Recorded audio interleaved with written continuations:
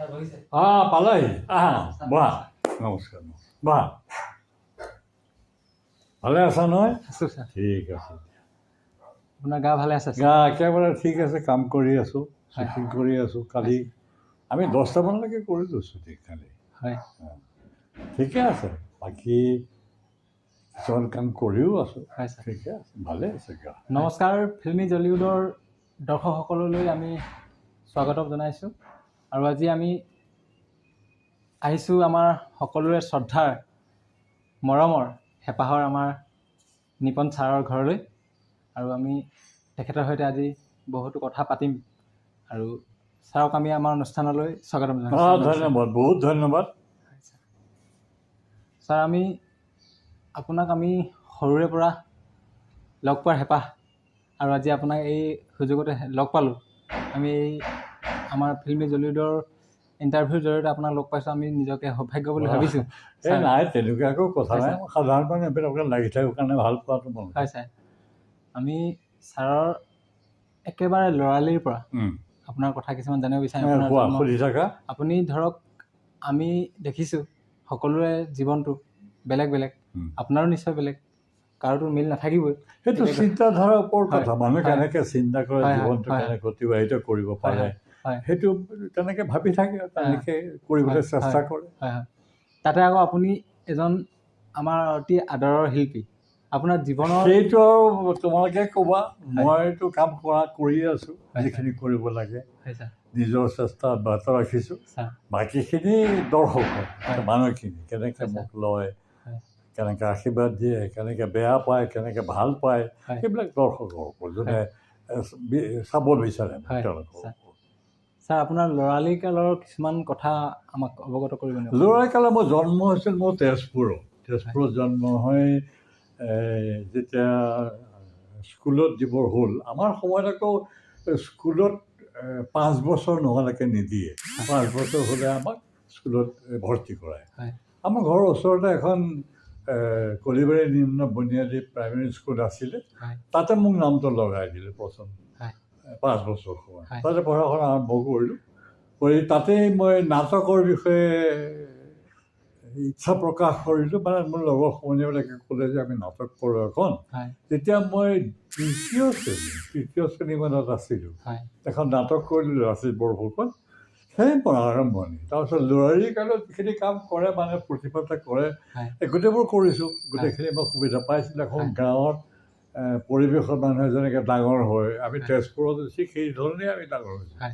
আমি ভেলাঘৰ বিহুঘৰ বুলি কৈছোঁ বিহুঘৰ চাইছিলোঁ নৰা কাটিছিলোঁ বাঁহ কাটিছিলোঁ খেলা ধূলা কৰিছিলোঁ প্ৰায় গোটেইবোৰ খেলাই খেলিছিলোঁ। আমি হকী খেলিছিলোঁ আমাৰ ঘৰৰ পিছফালে বাঁহ গছ আছে সেই বাঁহ গছজোপা গুৰি কাটি তাতে হকী ষ্টিক বনাই বল বনাই আমি হকী খেলিছিলোঁ। বান ৰংগমঞ্চ এখন 3-কোণীয়া ফিল্ড আছিলে তাতে আমি হকী খেলোঁ ফুটবল খেলোঁ ক্ৰিকেট খেলোঁ তাতে সৰুৰে পৰা আমি খেলা ধূলা কৰোঁ তেনেকৈ ডাঙৰ হৈছোঁ। আৰু সৰুতে যেতিয়া অকণমান ডাঙৰ হ'লোঁ হাইস্কুললৈ গ'লোঁ তেতিয়া মোৰ বন্ধু এজনৰ লগত চিকাৰ কৰিবলৈ যাওঁ। চিকাৰ মানে তেওঁৰ দেউতাক আছিল চিভিল চাৰ্জন উৎপল বৰবৰা তেওঁৰ নাম।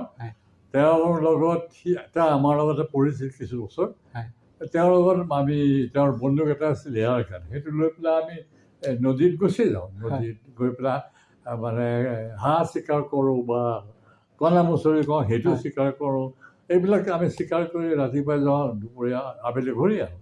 তেনেকৈ আমি গোটেই জীৱনটো কটালোঁ। এই মাৰ্বলো খেলিছিলোঁ আমি কেটেপাও মাৰিছিলোঁ। এই কেটেপা মাৰিবলৈ যিবিলাক গুটি লাগে সেইবিলাক আমি মাটিৰে বনাই লৈছিলোঁ বাটল গুটি বনাই লৈছিলোঁ। সেই তেতিয়া তেনেকুৱাতে মই কেটেপা বনাব যাওঁতে আমাৰ ভাতত এনেকুৱা বেকৰা দা এখন আছিলে আমাৰ ঘৰতে বাৰীতে গছ আছিলে এজোপা এই কোমলীয়া গছ এজোপা ডাল এডালে কেটেপা এনেকৈ থকা ডাল এডাল কাটিবলৈ গ'লোঁ এই দাখন মাৰি দিওঁতে দাখন পাৰ হৈ আহি ডাল পাৰ হৈ আহি মোৰ ভৰি এই সৰু গাঁঠিটোত সোমালে এই দাগটো এতিয়াও আছে। তেনেকৈ আমি ডাঙৰ হ'লোঁ। এই চাইকেল যে চলাই ৰিংবিলাক যে চলাই সেইবিলাকো চলাইছোঁ। আকৌ এই তামোলৰ গছৰ ঢকুৱাবিলাক যে সেই ঢকুৱাত বহি গৰাৰ পৰা পিছলিও গৈছোঁ চুঁচৰি সেইবিলাক ধেমালি চব কৰিছিলোঁ, বিহু গাইছিলোঁ, হুঁচৰি গাইছিলোঁ, গোটেইবোৰ সৰুকালটো তেনেকেই গ'ল। তাৰমানে ছাৰ আমি যদি এটা কথাত ক'বলৈ যাওঁ মানে আপুনি শান্তশিষ্ট মহাদুষ্ট আছিল তেনেকুৱাই আছে, প্ৰায় তেনেকুৱাই বুলি ভাবিব পাৰোঁ। হয় হয়, আমাৰ জানি ভাল লাগিল আপোনাৰ তেতিয়াৰ দিনৰ কথা। সেই বহুত পুৰণা দিন, সেইটো বহুত পুৰণা দিন। মই জন্ম হৈছিল 1942 চনত। হয় হয়, তাৰপিছত ধৰা আৰু 5-6 বছৰ যোগ দিয়া, তেতিয়াৰ পৰা এইবিলাক কাম আৰম্ভ কৰিছোঁ। হয়, তেতিয়াৰ দিনৰ ল'ৰালিকাল আৰু আজিৰ ল'ৰালিকাল বহুত বহুত সেইবিলাক আজিৰ ল'ৰালিকালে ল'ৰা ছোৱালীবিলাক আজি সেইদিন নাপায়, সেই সুবিধা নাপায়। পৰিৱৰ্তনটো হ'বই, বহুত পৰিৱৰ্তন, সময়ৰ লগে লগে পৰিৱৰ্তন হয়, মানুহৰ চিন্তাধাৰা পৰিৱৰ্তন হয়, গোটেইবোৰ হয়। ছাৰ এইখিনিতে জানিব বিচাৰিম মই আপোনাৰ পৰা, আপোনাৰ দেউতা এজন ভাল অভিনেতা আছিল। ভাল অভিনেতা আছিলে, খুব ডাঙৰ অভিনেতা। আৰু মাও আপোনাৰ গান গাইছিল, চেতাৰ বজাইছিল, ভায়লিন বজাইছিল। মুঠতে এটা সাংস্কৃতিক পৰিয়াল আছিলে। হয়, মানে পৰিয়ালৰ সেই শৈল্পিক যিটো মানে আপোনালোকৰ সেইটো মোৰ গাত পৰিলে, সৰুৰ পৰা পাই আহিছোঁ কাৰণে সেইখিনি মই গুণ পালোঁ। আৰু মানুহে কয় যে মানুহৰ ব্লাডত থাকে সেই বংশৰ কিছুমান কথা, সেইখিনি আছিলে মোৰ গাত বুলি ভাবোঁ। হয় হয়, ছাৰ আপোনাৰ আমি গম পাওঁ আপুনি আৰম্ভ কৰিছে নাটকৰ যোগেদি। নাটক মই ক'লোঁ নহয়, মই নাটকৰ লাচিত বৰফুকন কৰিছিলোঁ। আৰু তাৰ পাছৰে পৰা আপুনি আমি নাটক ঢেৰ কৰিলোঁ। আমি হাইস্কুলত থাকোঁতে, গভৰ্ণমেণ্ট হাইস্কুলত থাকোঁতে নাটক কৰিছিলোঁ, তাত বেষ্ট এক্টৰ পাইছিলোঁ। কলেজত, দৰং কলেজত যেতিয়া যাওঁ তাত মই মিউজিক ছেক্ৰেটাৰী আছিলোঁ, নাটক কৰিছিলোঁ। তেনেকৈ মঞ্চত, তেজপুৰত, গোটেই অসমতে মই বহুত মঞ্চত অভিনয় কৰিছোঁ, মানে সৰুৰে পৰা ডাঙৰ হোৱাৰ লগে কৰিছোঁৱেই। আমাৰ এটা অনুষ্ঠান আছিলে, আমি বয়সত কলেজ পোৱাৰ সময়ত আমি অনুষ্ঠান গঢ় দিছিলোঁ, সংগীত নাটকৰ। তাত আমি কেইটামান ল'ৰা লগ হৈ অনুষ্ঠান গঢ় দিছিলোঁ। সেই অনুষ্ঠানৰ মাজে মাজে আৰু বহুত থিয়েটাৰ কৰিলোঁ, বহুত অসমৰ বহুত জেগা। ছাৰ আপুনি বোলছবিলৈ আহোঁতে আপুনি কিমান বয়সৰ পৰা আৰম্ভ কৰিছিল? মই BA পাছ কৰাৰ পাছতে গ'লোঁ, তেতিয়া মোৰ কিমান 22 বছৰ 23 বছৰমান হ'ব। তাত পুনাত পঢ়িবলৈ গ'লোঁ, ফিল্ম ইনষ্টিটিউটত। তাৰপৰা ডিগ্ৰী লৈ পেলাই সুবিধা আৰম্ভ কৰিলোঁ। ছাৰ আপুনি কেনেবাকৈ পিয়লি ফুকন বোলছবিত? প্ৰথম মোৰ পিয়লি ফুকন ছবি আছিলে, ফণী শৰ্মা ডাইৰেক্টৰ। তাত মই সৰু ল'ৰা অকণমান আৰু তেনেকৈ কাম কৰিছোঁ। তাত মোৰ কিন্তু প্ৰফেচনেলকৈ আৰম্ভ হৈছে সংগ্ৰাম নামৰ এখন। সংগ্ৰাম বৰ্জেন বৰুৱা নহয়, সংগ্ৰাম আছিলে, সেইটো বহুত আগৰ, প্ৰয়াত অমৰ পাঠকৰ। তাতে মোৰ আৰম্ভণি ছবি, কিন্তু প্ৰথম ছবি মোৰ পিয়লি ফুকন। মানে আপুনি সৰুৰ পৰাই নাটক কৰিলে আৰু সৰুৰ পৰাই আপুনি চিনেমাটো ভুমুকি মাৰিলে? না, ভুমুকি মাৰিবলৈ মানে এটা কথা হ'ল, মই যেতিয়া প্ৰথম কথাছবি কৰিবলৈ মন মেলিলোঁ, আমাৰ ফণী শৰ্মা বিশ্বকৰ্মা আমাৰ ঘৰলৈ প্ৰায় ৰাতিপুৱা আহে, আহি ঘৰতে কথা পাতি থাকে। এবাৰ কথাই কৈছে ফণী শৰ্মা, তেখেতক আমি বলিন্দা বুলি মাতোঁ। বলিন্দা দেউতাক ক'লে, দেউতাকক চন্দ্ৰ বুলি মাতে, নাম কাঢ়ি মাতে, একেবাৰে সমনীয়া। চন্দ্ৰ ছবি এখন কৰোঁ, কি ছবি? এখন ছবি কৰোঁ পিয়লি ফুকন। বোলে পইচাটো আমি তুলিম।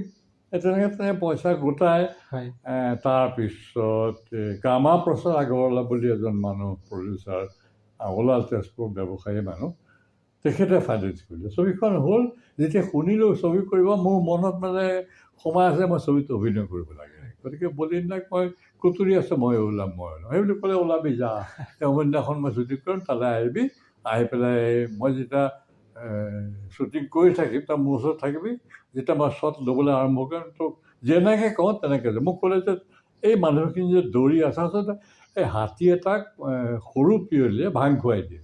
ভাং খাওঁতে হাতীটো পলীয়া হৈ যায়, পলীয়া হৈ গাঁৱৰ মানুহৰ ঘৰবিলাক ভাঙি ছিঙি উৎপাত কৰে।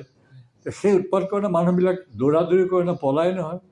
বলিনাই ক'লে যে তই এই মানুহবিলাক পলোৱা দেখিছ ন, মই এটা কাম কৰিম, মই ষ্টাৰ্ট, চাউণ্ড, কেমেৰা, একশ্যন বুলি ক'লে নিজৰ নিজৰ যিবিলাক শিল্পী, তেওঁলোকে নিজৰ নিজৰ কাম কৰি থাকিব।